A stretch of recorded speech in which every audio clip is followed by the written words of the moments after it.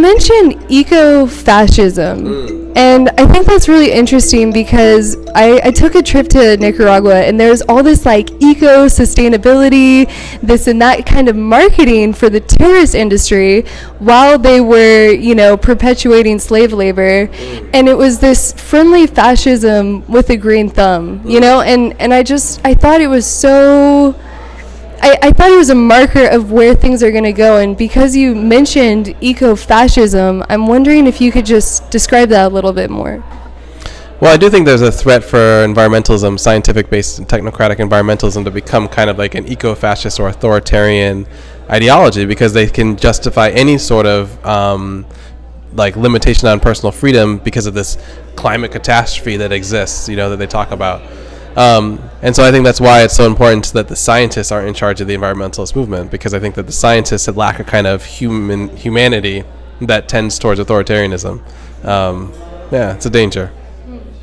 And you also mentioned the matriarchs, and I'm wondering if you see matriarchal structures as almost a remedy to the times that we're in, because in the matriarchal systems there's not really a hierarchy, there's not the pyramid, it's more of a circular structure of things.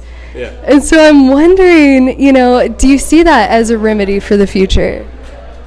Well, I definitely think that, a women's social movement is one of the revolutionary possibilities. I can imagine that we would wake up one day, there would be women protesting in the streets, and that it would spread globally very quickly.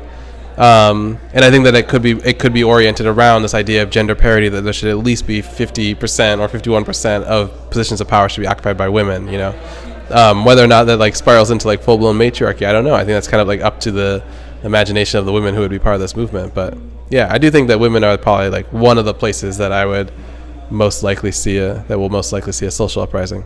Interesting.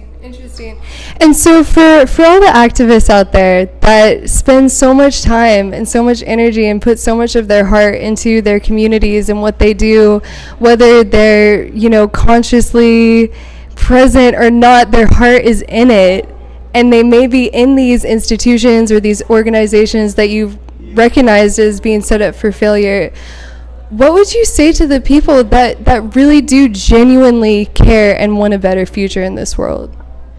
Oh, I think it's that revolution always comes as a surprise, and that what we need to do is protest differently and experimentally and innovatively, and that when we repeat the same protest behaviors, that's when we fail. So I'm not saying don't protest. I'm saying keep being an activist. Activism is great. I've been an activist my entire life. I'm always going to be an activist.